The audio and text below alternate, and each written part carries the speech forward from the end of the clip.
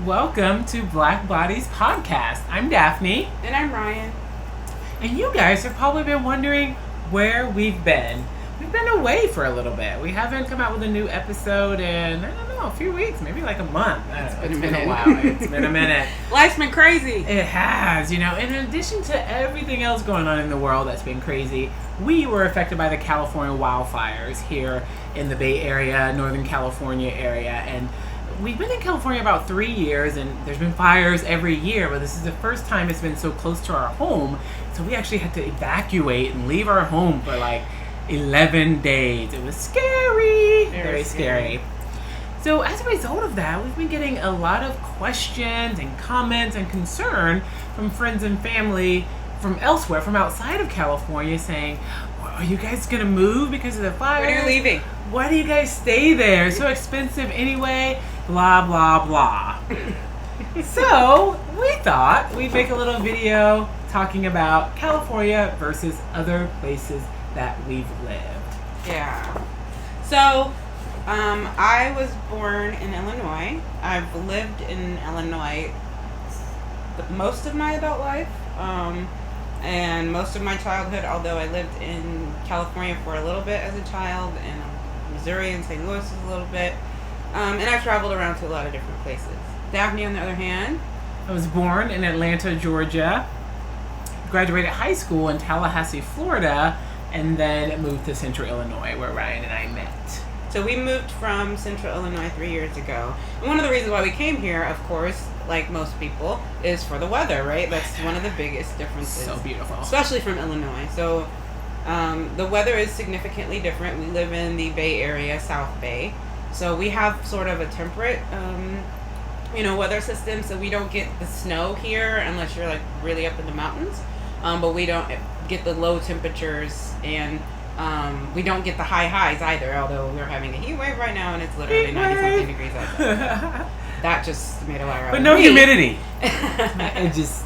So, one of the reasons why I like this is because I don't have to deal with the snow, which had not only a physical impact on me, the really cold weather, but just the seasonally, mentally, emotionally had a huge impact on me. And the longer I lived in that environment, I began to realize that I saw that cyclical sort of change in myself when the seasons would come and it would be winter and we couldn't go outside, and there would be days and days without sunshine. Whereas here we have the rainy season, we have dreary days, we have stretches of time where it doesn't, the sun is not out, but even on some of those days, it's like in the morning and then later on the sun will come out, or you'll get a little bit of sun. And it's not stretches of days and days and weeks without the sunshine. And it's not negative something degrees out and 2 feet of sun. Yeah, exactly. Never. We never get that here. And like Ryan said, it's just, for the most part, beautiful here. And I've always been very active, and I like to be out and about. And this weather, you can be out and about every day, and that tends to be part of the culture here, being outside doing things. Yeah. Versus places like Illinois, and even versus places like Georgia in the summer, it's just so humid and uncomfortable. Yeah. And here the humidity is very low. It tends to be very dry, which can lead to other issues like wildfires when there's some very rare lightning strikes. So we never get thunderstorms here usually, and there was a lightning storm and it set off like 50 fires across the state because it is so dry here. I do miss rainstorms sometimes. We get rain, but it's not like the hard downpour thunderstorms. Right, We don't get lightning very often. So every once in a while I miss that, but it's not something I significantly think about. Right, exactly. I just turn on my app that gives me the feeling. And it's so realistic. It's very realistic. I'm like, oh my God, we're back in Illinois. This thunderstorm. And people also ask a lot about, or comment a lot on the expense. They go, oh my God, it's so expensive to live there. How do you guys afford it? And it must be really rough. Mm-hmm. And it is. It's expensive as F to live here. And that is absolutely the truth. Rent I call ridiculous. it the paradise tax. The cost of buying a house is absolutely ridiculous. You pay probably 5 times what you would pay here for a property back in Illinois or in Georgia. Mm-hmm. We could live like, royalty, in those places for the amount of money here. But the difference is the income is significantly greater here. So it balances out for us. That's not necessarily true for everyone, and that's not true depending on what your career is, or your professional life, and where your income is coming from, and the industry you're in.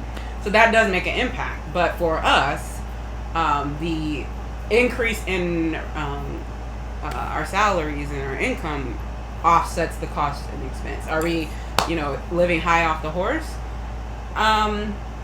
To other people, maybe it seems like that. We say we've paid the paradise tax, so it does feel like we live a really awesome life. But some people would say it's not worth, what you have to pay to have it. But it depends on your values. Depends on your values, exactly. We love beautiful weather. We love being able to go to beaches. We live in a mountainous area, but the beach is 10 minutes away from us. When we initially moved to California, we actually lived in Santa Cruz proper, and we were literally 2 blocks away from the beach. Mm-hmm. So that first year was the quintessential California dream experience. And that's not I was just hooked. I mean, that's not the average person's experience. Right, exactly. We just kind of, a lot of things fell into place for that to happen for us. And, you do have to have a lot of money to make that initial move. And, it's real. So, yeah. And like Ryan said, the salaries, though, tend to match. So the cost of living here is higher, yes, but in professional careers, the salary offsets it, so it usually matches. And you might talk about this later, but I also remember, because of the field you're in and then demand, you were able to get relocation money and people to pay for you to come out here. Right. And definitely, yeah. Pay for your relocation costs, but again, that's very industry specific. Right, yeah. I'm an RN, I work in healthcare, and I have a master's degree in nursing informatics. So yeah, at the time, especially when we moved here, it was a very in demand, so I was able to get a lot of perks that maybe not everyone else can get. Let's talk about social life. I would say the biggest difference in socializing here versus socializing, I'll just use Illinois for most of my examples because that's the place I lived the most, recently before coming to California, is socializing here is more about connection and conversation and getting to know new people if you don't know everybody at the gathering versus when we socialized in Illinois, it was still about that, but it was about we're drinking, we're hanging out, it's a party. Everybody here is gonna get drunk, We're gonna have great philosophical conversations in the meantime, but our main goal for getting together is to, drink a gallon of sangria or whatever and get shit-faced. Maybe that was our social circle. Right, maybe it was just the people we hung around with, I don't know, but yeah, so it's very different here. People who don't drink and people who drink socialize together, and a lot of social events take place outside. It revolves around hiking or the beach, or hey, let's meet up at the beach, let's meet up at Westcliff and go for a walk. There's a lot of great restaurants here, and of course fresh seafood and fresh fruit, so the food is delicious, so going out to eat is a big thing, but it's very much when we first moved here, none of the McDonald's have drive-thrus. Fast food is not a big thing here. And I think the first year we were here, our 12-year-old son, who was used to eating but McDonald's quite often back home in Illinois, maybe had McDonald's 2 or 3 times that year. Just because he didn't want to get out and go into the McDonald's. There was no drive-thru. Fast food is just not very big here. And I think because of the fresh seafood and delicious fresh food you can get, people don't tend to choose fast food. I think it's just a wellness thing. I think there's a huge focus on, not just, but there's also a wellness sort of philosophy that a lot of people are very into in terms of eating clean, living clean, trying to eat, or as organically as possible, trying to eat in healthy ways that doesn't impact the environment. So you go places here and you don't. You have to pay for your bags because, they are really big on recycling, and that was a whole learning curve when we first moved here. Getting accustomed to having to take your bags into places with you. and people looking at you kind of crazy if you don't have bags and you have to buy plastic bags.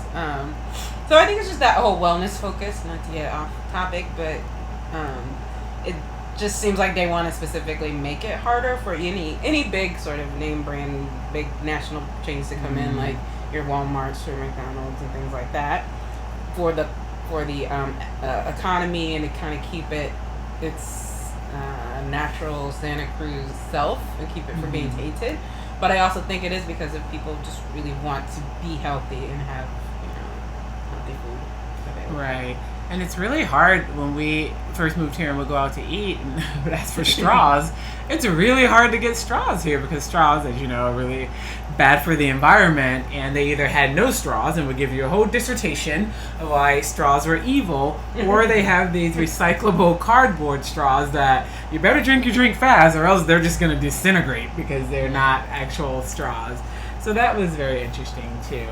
And as for friend groups here, me, I work outside the home, so I'm dealing with people all day.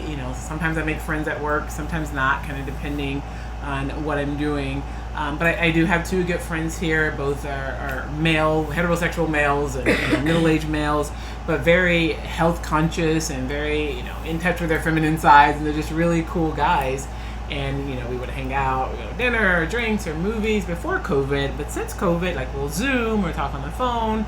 And they're really about staying connected and staying, friendly. And they consider Ryan friends, too. Like, it's just a very, in general, some heterosexual males here are just very different from the males back in Illinois. I never had, like, close male heterosexual friends back in Illinois.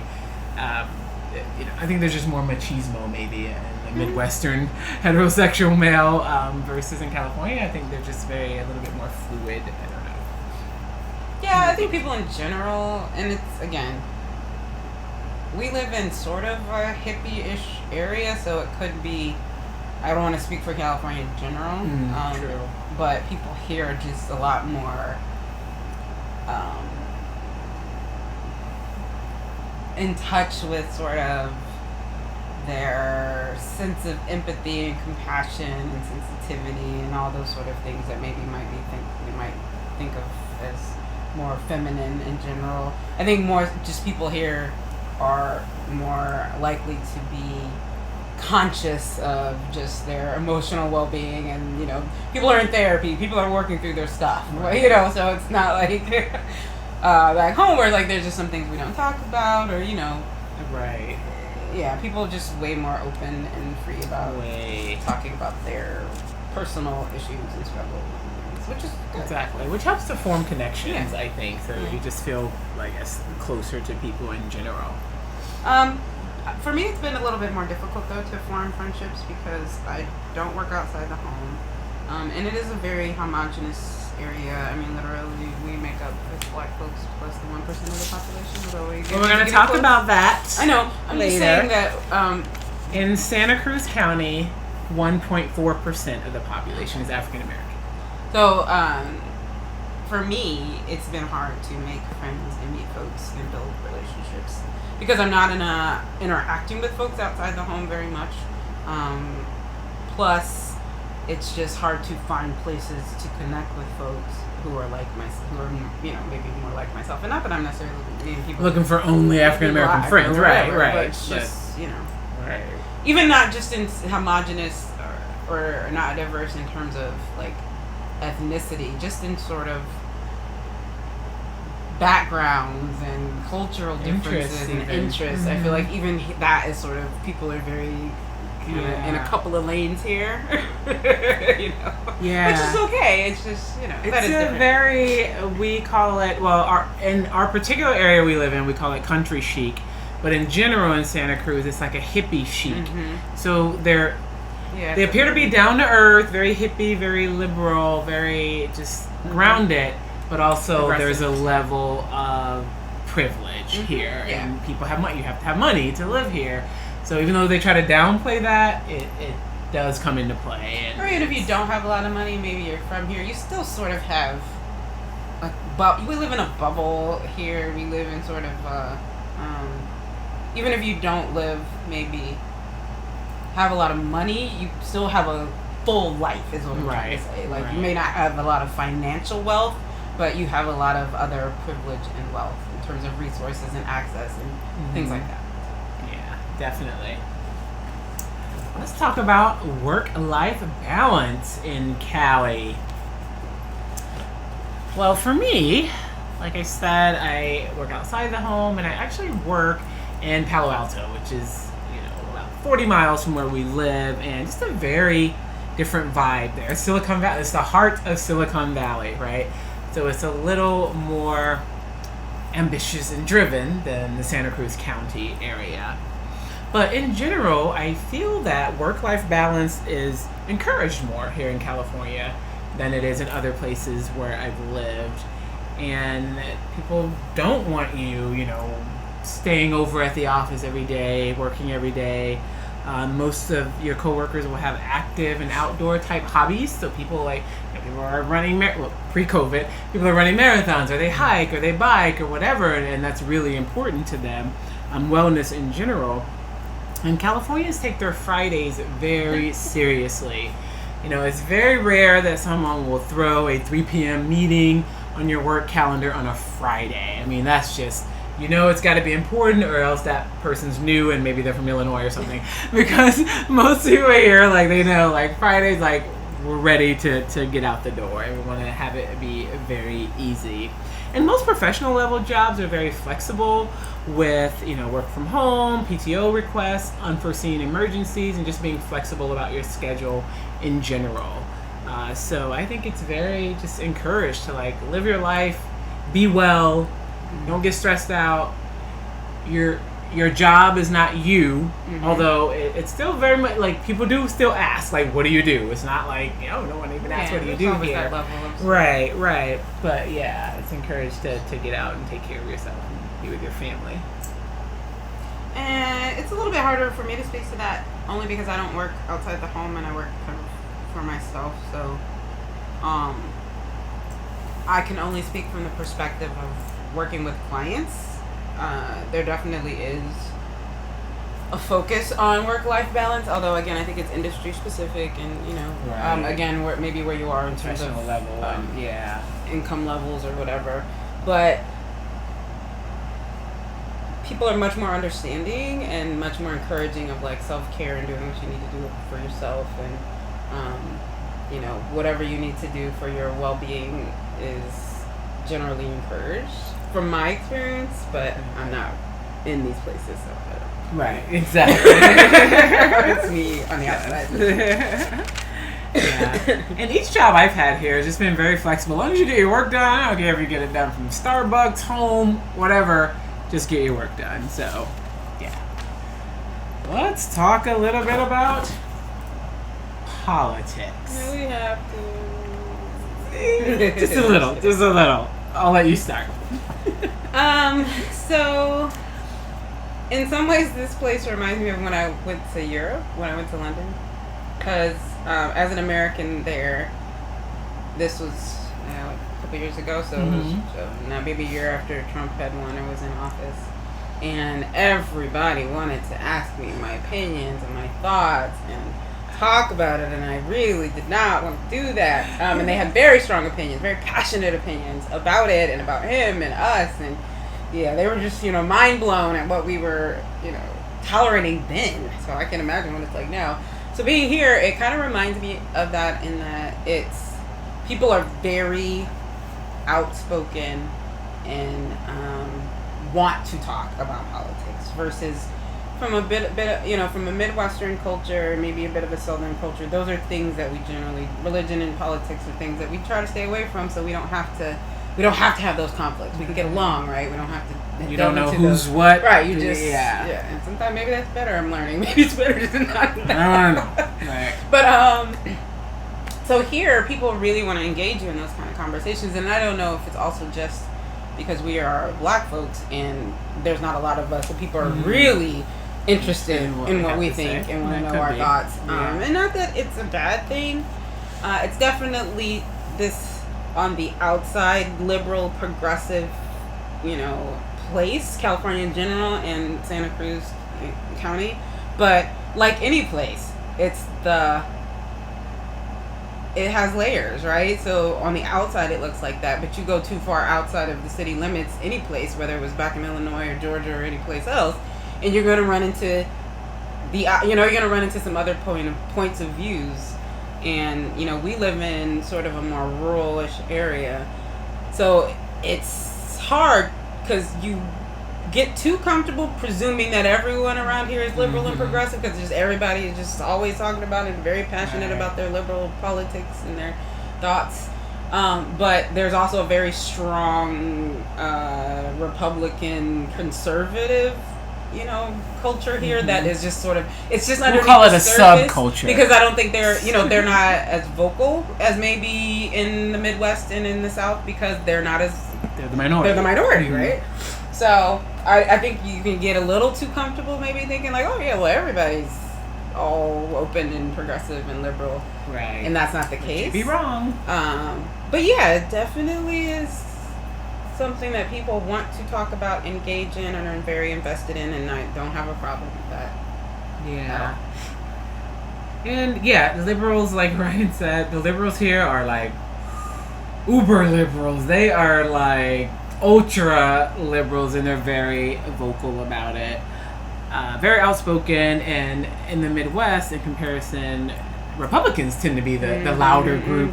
So it was just that first year we were here, it was just so weird to me, even going into businesses that had anti-Trump materials and propaganda. I'm not used to businesses being partisan. Usually businesses are like, we don't deal with politics, we don't want to say you work here, you can't wear a great Make America Great t-shirt, like you can't do anything, right, that denotes your religion or your politics usually. But here you can, as long as it's on the liberal side, I think. I don't know if that works both ways.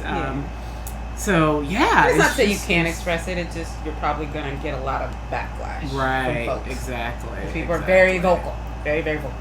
Yeah. And I mean, almost everyone here will just tell you, like, we hate Trump. We want him to be out of office, and isn't it awful? Isn't this the most awful things have been? And they're often surprised when Ryan and I say, well, there was something called slavery. So for us, people that look like us, it's not the most awful that it's been.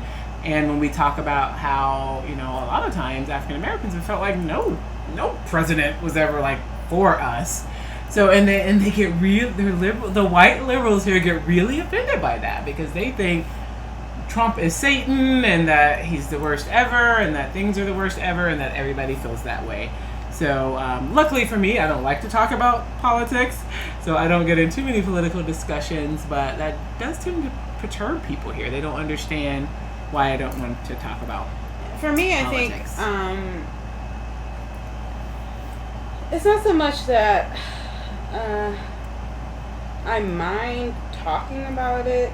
I don't like people to presume that they think, number one, that we agree just about that everything. We think Number exactly one, the way because my do. skin is a certain color, that I'm going to think a certain way.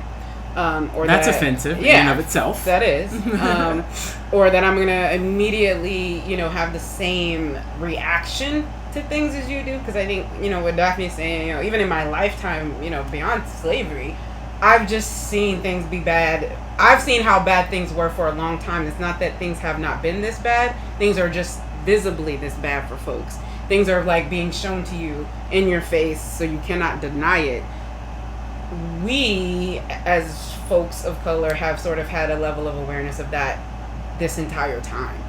Are we in awe? I mean, for me, let me speak for myself. Am I in awe sometimes of like, wow, this is crazy? Absolutely. But at the same time, I'm like, that fresh fuckery has been here. Like, we've been saying this. Fuckery has existed. This is not new. This game is not new. The game is just on highlight right now. Right. It's more visible. Right. That's what it is. Highlight. It's more visible. That's so, true. You want me to have like the same jarred emotional reaction, and I'm telling you, bro, I've been having this emotional reaction I'm tired. Like, I'm emotionally drained and tired. It is what it is. I'm numb. Like, I'm not going to be out here getting upset and angry and being in my feelings every day, all day about the craziness that's going on out here in the world. My blood pressure. This craziness is not new, and it's not going anywhere. And I can't fix it all, but what I can do is keep my own sanity and, the folks around me. And I'm not saying don't be out here, doing what we need to do, but it's just people are very down your throat with it. I know. And I am contrary by nature. So anything you try to shove down my throat, even if it's good for me, I'm going to balk at. So I'm gonna puke it back up. It just hits me wrong sometimes the way people are so presumptive about you and your thoughts and your beliefs. And it's maybe because you live in California, maybe it's because you're black, maybe it's because they, whatever. I don't know, but yeah. And then it's like, aren't you angry? Aren't you angry? I'm trying to protect my peace and my good. sanity and my little corner of the world. I mean, yes, things are fucked up. Yes, I can agree with you on that. But am I thinking about it every day and getting my blood pressure up so that I can have a stroke? Nope. Not.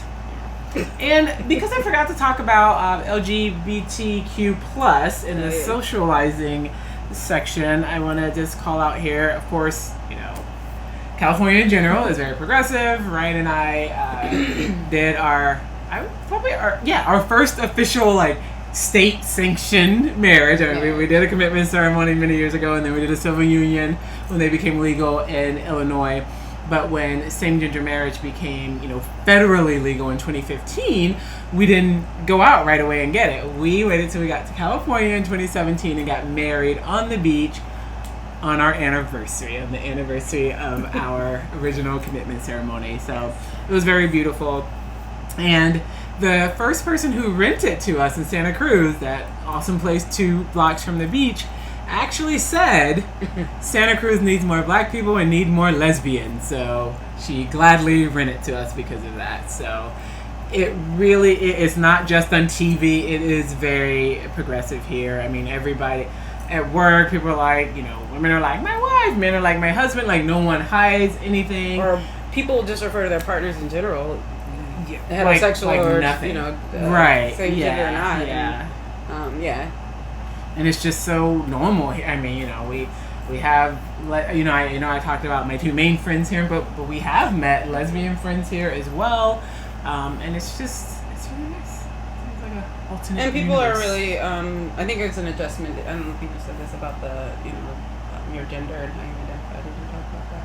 Oh yeah, it's very popular and out there here to say, what your pronouns are, or for someone to ask you what pronouns do you go by in work and in your personal life. Like, every place people would put it on their email signatures, introduce themselves. It's just everybody, what's your pronouns? Or they'll just tell you, like, hi, my name is Jenny, my pronouns are they, their, whatever, and it may be that way now other places, because it's been 3 years now that we've been here. Changed but a lot. I'm thinking of the last job I had in Illinois, where not been the day after the 2016 election, I found out most of my coworkers voted for Trump. I just don't know if the whole pronoun thing would be that big, but I might be wrong. So please correct me if I'm wrong.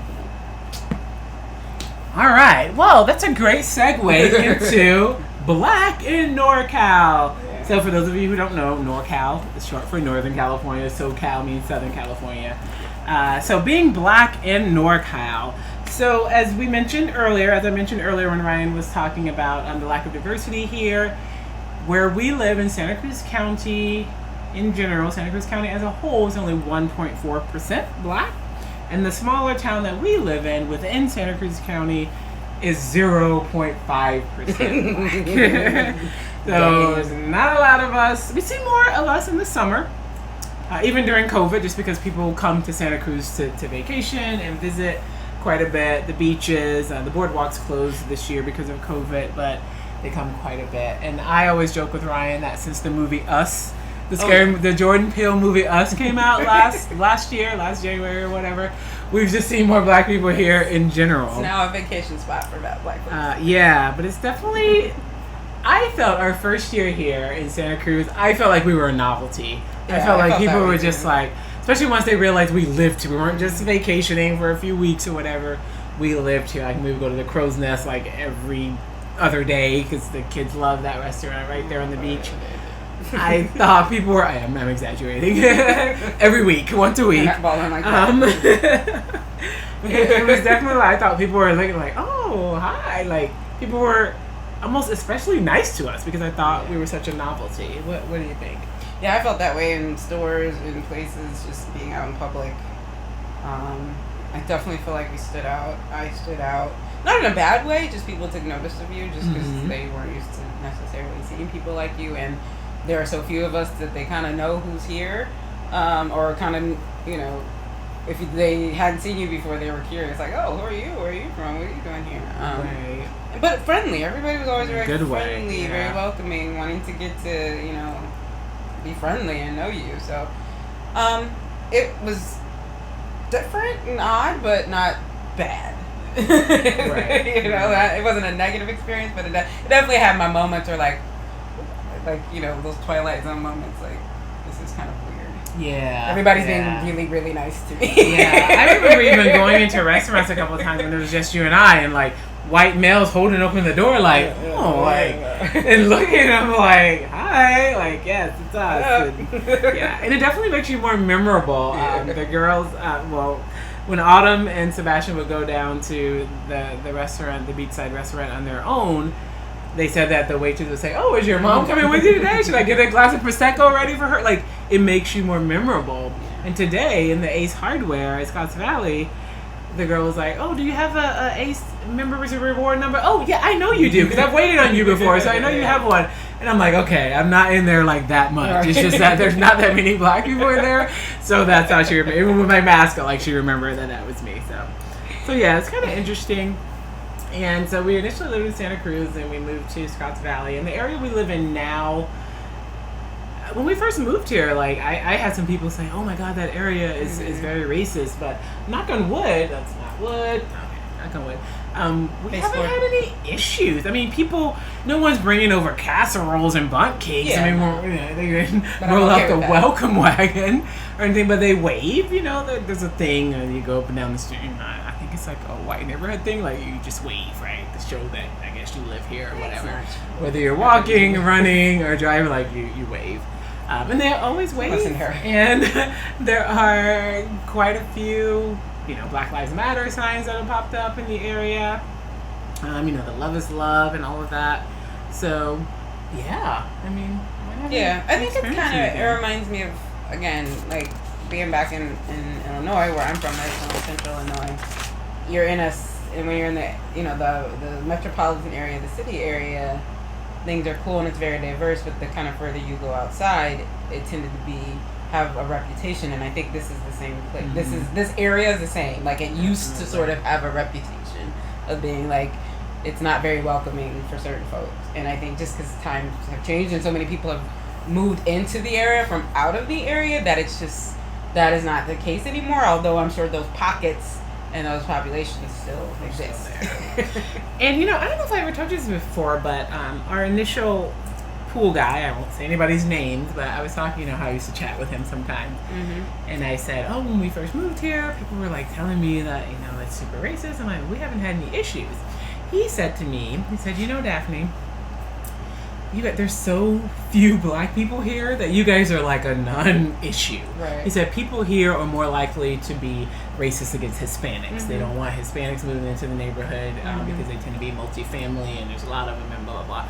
He was like, you guys probably aren't even a blip on the radar, but that could be good or bad, right? I mean, I was like, okay, is that a good thing? Is that a bad thing? Right. But I just thought that was very honest and interesting take on it. So, and it's definitely been the case. So we can move into parenting because I want to touch on a little bit of the, you know, lack of diversity when it comes to our children, in particular our 12-year-old son who's still in school. He's in middle school now. So initially, our daughter Autumn, who is she's going to be 20 next week, but she was a junior in high school when we moved here, and our son Sebastian, who's 12. So I'll just touch on Autumn first, just because it's quicker.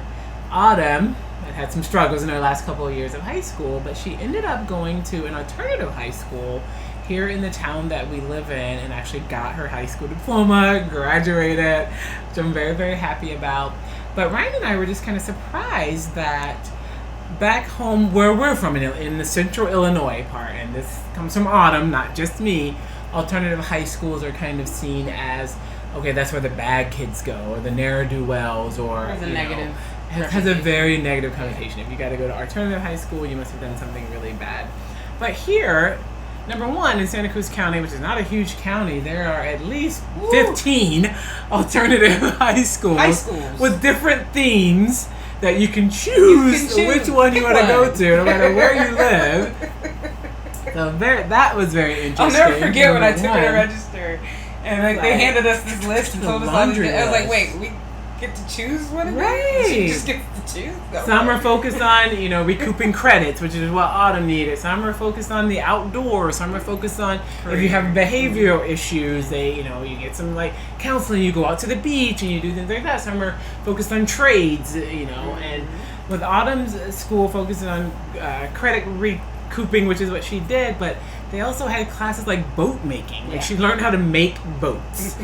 And refinish boats in school, which is they had garden. And they made their food every day. They part of their culinary class. They made their lunch, their brunch every day. Every day, and Autumn said it was quite delicious. Yeah, and they were so kind and friendly.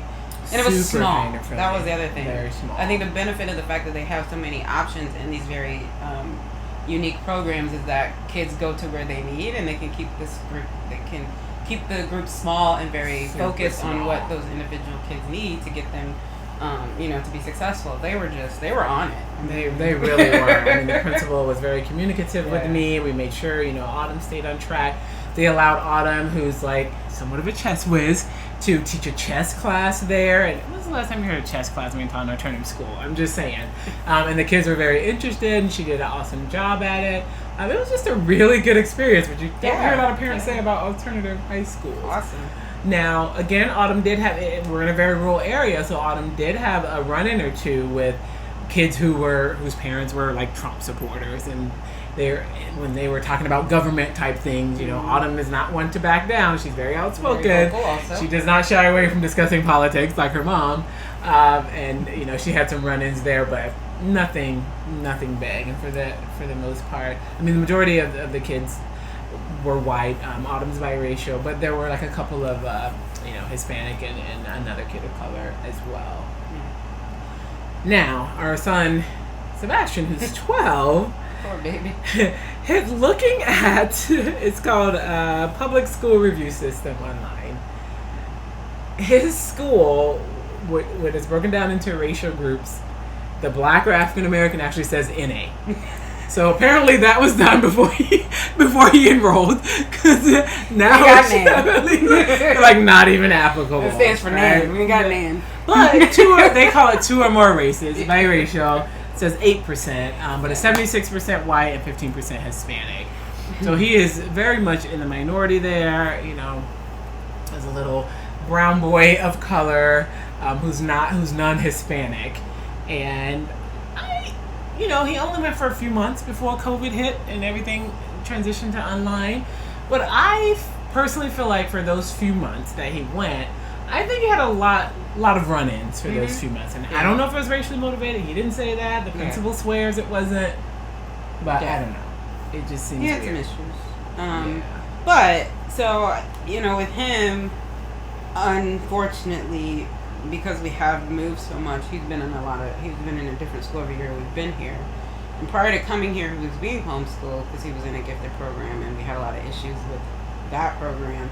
Pulled him out, and he was homeschooled. So when we first came here and we lived in Santa Cruz, the school he went to was amazing. It was so good for him because he was at such a place where he was hating school, and a kid who was really smart, loved to read, loved math, loved science, was like at the point where he was hating school. It was so pressured. And I feel like Green Acres helped him fall back in love with school, and he had such a great experience there. His teacher was amazing. I was really involved. They had garden class. Yeah, garden class. It was very ethics focused, personal, how we treat each other versus not so much academic focused.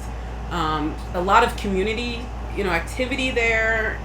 We were involved in a lot of stuff. We started a chess club there, and so it just was a really cool school environment. Then switched to the next year where we moved to a little town outside of Santa Cruz, which has one of the best school districts, I think, in the state.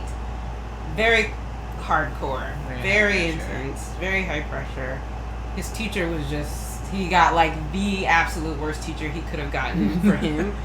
after that, coming from his experience where he came from, because she was like, hardcore, I'm getting you ready for high school, I'm getting you ready for middle school and getting you ready for high school, and you gotta know this, and like, I was in tears by the time the year was over. Trying to help him with all his assignments and all his homework. It was like worse than college. It was so crazy. Where he is now is like, we're back to the more less academic focus. I feel like it's more a community that's built around how we treat each other and all of that, but it is also even less diverse than where he was, and how much that plays an issue into, I really don't know. He, you ask him and he says not really.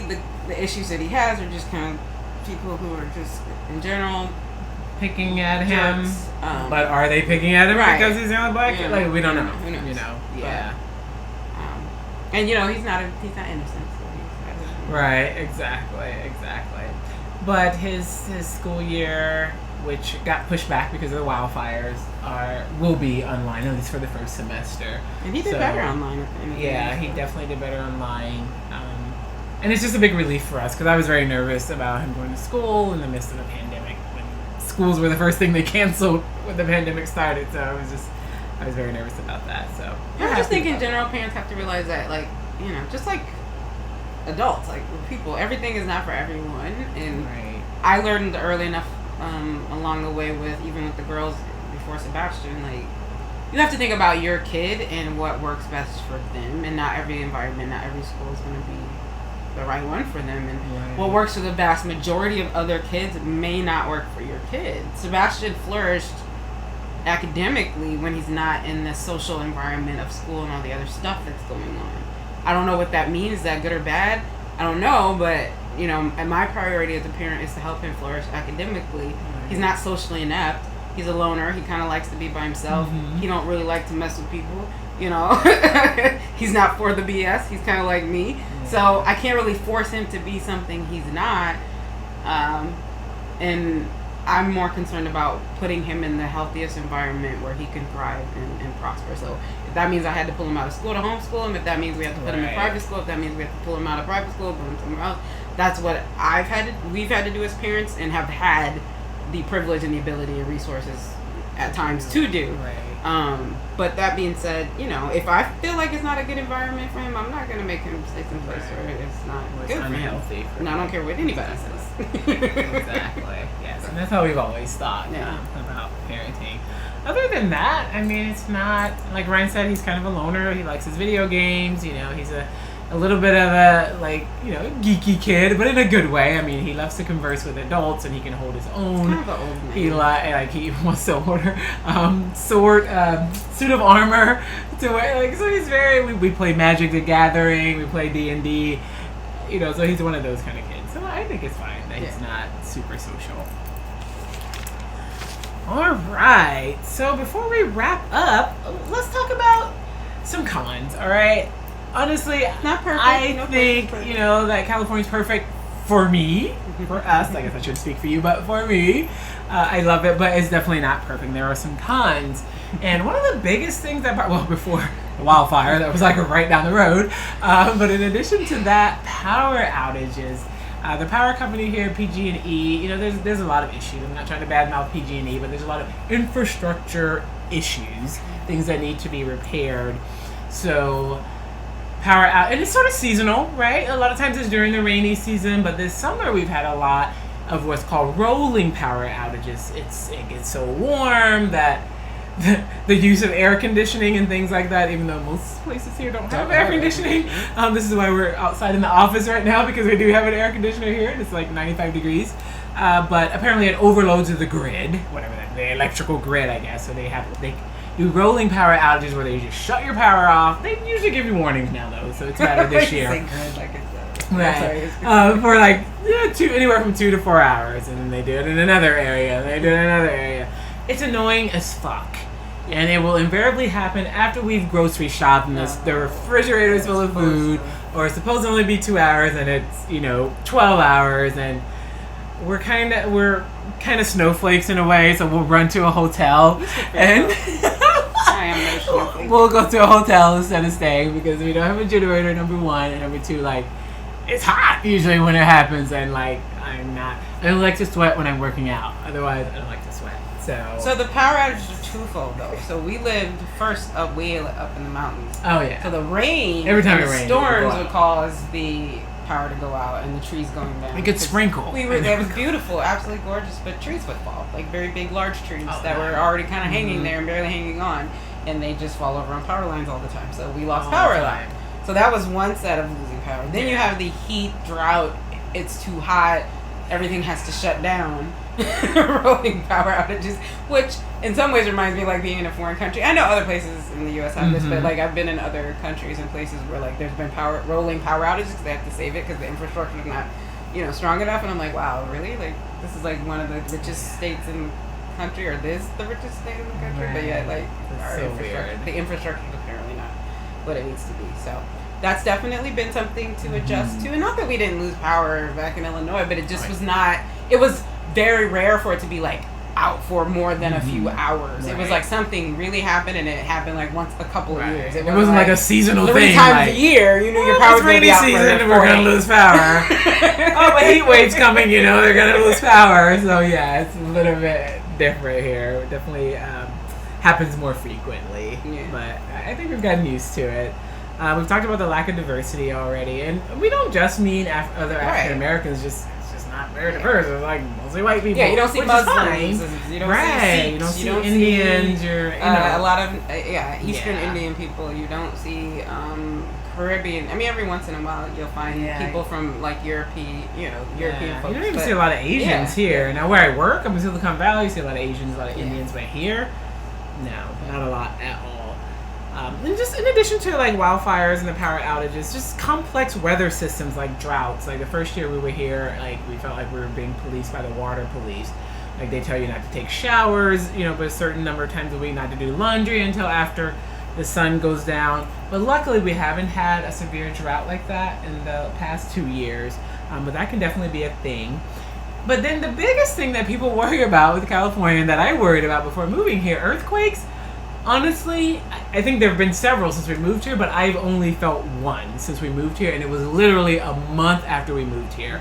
I was at work, sitting at my desk in my office, and all of a sudden it felt like Godzilla walked by, and I held onto my desk, and I was like, what the heck? Was it maybe a big truck just drove by the hospital? I don't know. And then it did it again, and it dawned on me like, oh shit, this is an earthquake. So I run out, tell my coworkers like, what is happening? They all laughed. Oh, just a little tremor. And I'm like, it's great. Like it felt like it was the strangest feeling I've ever felt in my life. Ryan was back in Illinois at the time, and I called her, and she's like, oh, you experienced your first earthquake, and I'm like, this was scary. It's not like, it was scary. But there's been several since then, but we haven't felt them. So I think I felt one in Santa Cruz when we lived there. I felt one when I lived here as a kid. And I felt one in Illinois, oddly enough. That's right. Illinois we had in Illinois. So yeah, it can happen other places. That's right. So yeah, it's not something that I think about. It's to me, it's the same thing as back anywhere. Like at home, I mean, tornadoes could come out of nowhere and rip everything apart. You have no control over that, right? So typically you have a warning. Well, but I mean. Even with a warning, it comes through and destroys you don't have a lot. Like, it might take your life, but it will, Yeah. You can't stop it from the destruction. Right. Same thing with the earthquake. So I don't feel any more afraid of that than I feel like any other natural disaster. A wildfire breaking out here, a crazy fire can break out somewhere else, and it's possible. It's just California is known for its wildfires, so that's a whole new, like she said, ecosystem that we have to get used to. But in general, I don't think about something bad happening, weather, wise or anything like that anymore here than I think about it when I lived somewhere else. Right. Yeah, that's true. That's true. And there's also sometimes, if it rains too much, there can be mudslides. The first year we moved here, a whole section of Highway 1 was closed because of mudslides. And I guess it was a pretty significant mudslide like in this area a few years ago, and like a kid got killed by it. But like Ryan said, like everywhere, the Midwest, the South had tornadoes. Florida has hurricanes. Yeah, you can get a die in a horrible. You don't get hurricanes snowstorm. here. You can, right. exactly. Ice storm. You can have I just feel like there's something. Oh my god, nothing scares me more than black ice. Yeah, driving on nothing scares me more than that. So, every place has its bad things that can happen to you. So, I don't feel like you can control it's very weird here, babe. Though that even though we have a rainy season, people still can't drive in the rain here, and it's almost like driving on black ice when you're on Highway 17 anyway, because people have accidents. Go to hell with the rain. It's rain, guys, and it's still 60 degrees. Why are you sliding off the road? I will never get that, no matter how long we stay here. And then things like we said before, a beautiful lightning storm starting all kind of chaos, like literally 50 fires across the state. And I mean, that fire was a couple miles from our house, and that moment of having to evacuate and the days of not knowing. Smoke in the air and ash all over everything. The town was going to burn down, and knowing people who lost homes and just not very far from here. It's real, and it's frightening, and it's scary, but one of the cool things about this place also is just the sense of community. I think I was talking to someone about this the other day. For all the bad stuff that happens, this community comes together and gets behind folks and makes stuff happen and will support folks, raise money, build houses. I don't care what it is. Right. They will get your animals, for you, your livestock. They'll take Firefighters came from all over the state and all over the country to help. I feel like even if something bad had happened, we would have been okay, and with any, whether we're here or there or anywhere else, if something bad happens, I feel like I trust we're going to be okay, because we have a good support system, we have love, we have the resources, we have that. So, anyway, yes, I agree. So last but not least, then just in a nutshell, why do we stay? Why do we love California? All right, so we'll use our last 9 minutes to talk about that. I'll let you go first, babe. Wow. So it is really different, and it's hard to describe in the ways in which it is different, and the ways that it has impacted me. For both of us, I think we've said that since we were kids, we kind of always wanted to live in California. My granddad lived here and visit, and it's felt like someplace that would be good for me, and I kind of always had a sense of that. Even when it fell off of my list of okay, that's probably not an option, I'm not going to ever move to California, I always had a love of California. And then, years later, to circle back and have the opportunity, it was kind of wait, what? We're actually thinking about moving to California? I didn't actually think that was the real thing that was going to happen. Yeah. All we talked about, but what? So, now that we're here and 3 years in, my business, our business, that, it was there before we moved here.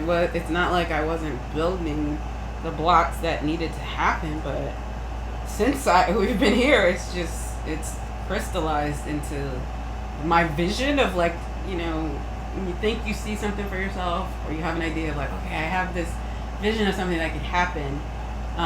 It's really surreal to have it start to come to fruition and happen, and it happened in such an organic. I didn't have to make it happen. I didn't have to fight for it. I didn't have to and not that things worth having shouldn't have to work hard and blood, sweat, and tears and all that.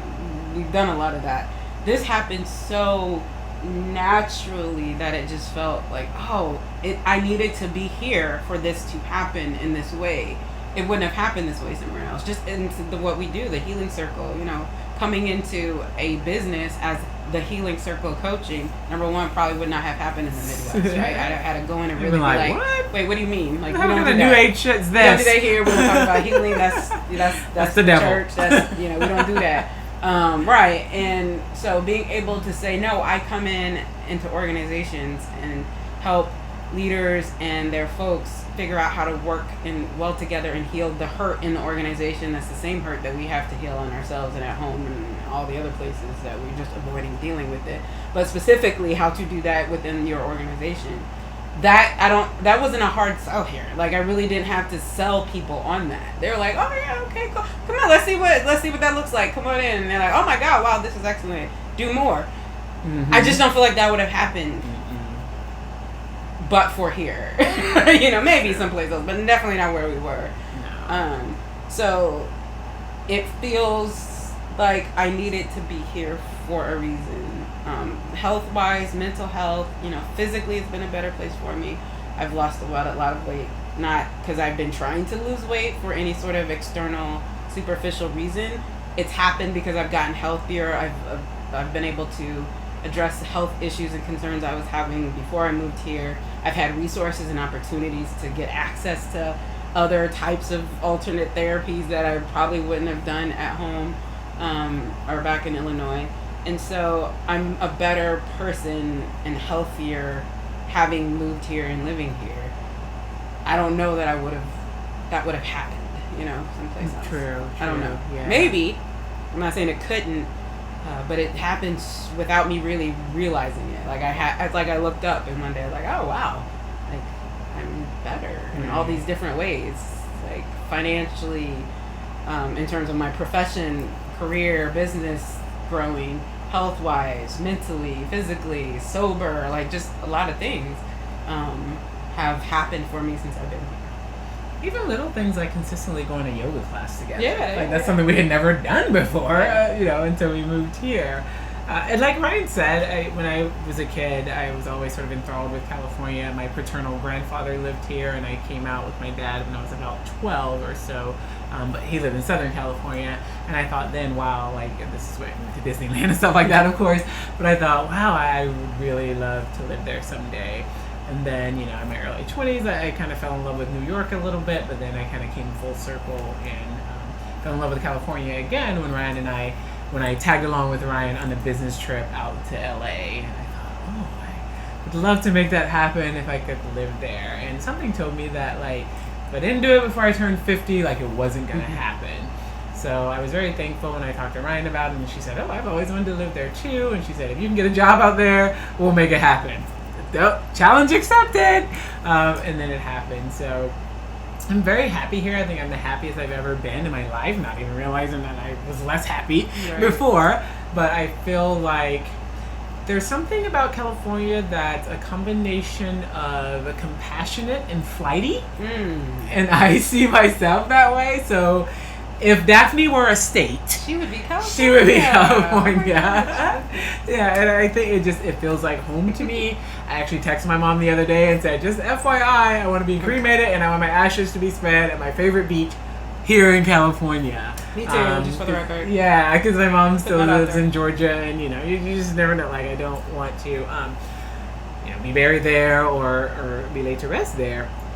Although I really respect where I came from, I think the Southern values that I was raised with really have gotten me far in life, and it's really enriched my life in that way.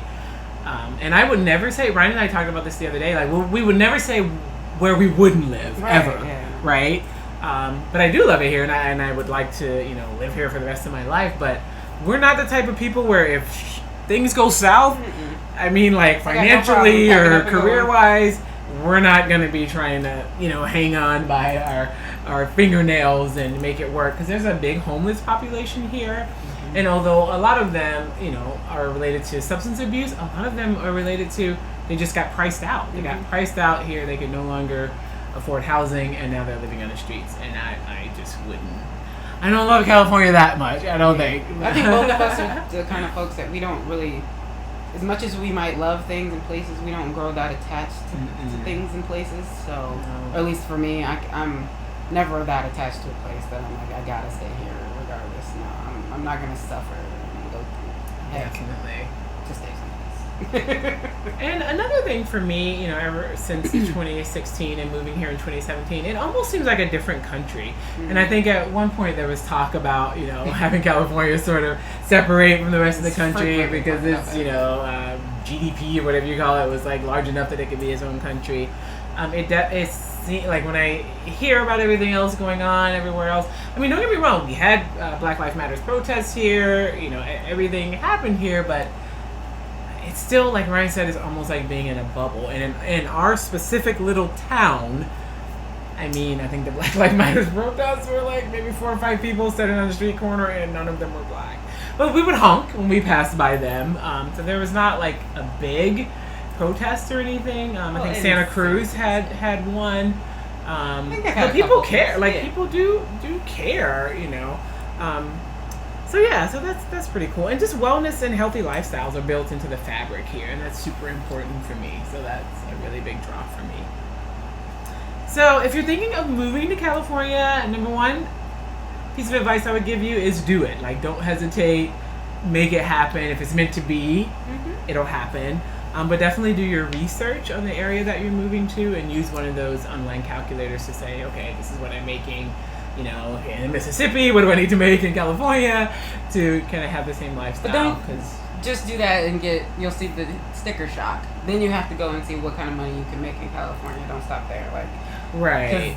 You gotta look. You gotta be creative. That's the other thing I think people don't think about when they're thinking about moving, and just even job-wise, profession-wise. Just because you haven't necessarily had a job title before doesn't mean you can't do a particular job. You need to be open about open up your possibilities of what you can do. Because there's a lot of stuff out here. There's a lot of need in jobs if you're in those particular areas where the need is. And it doesn't, I'm not just talking about just tech. There's a lot of industries.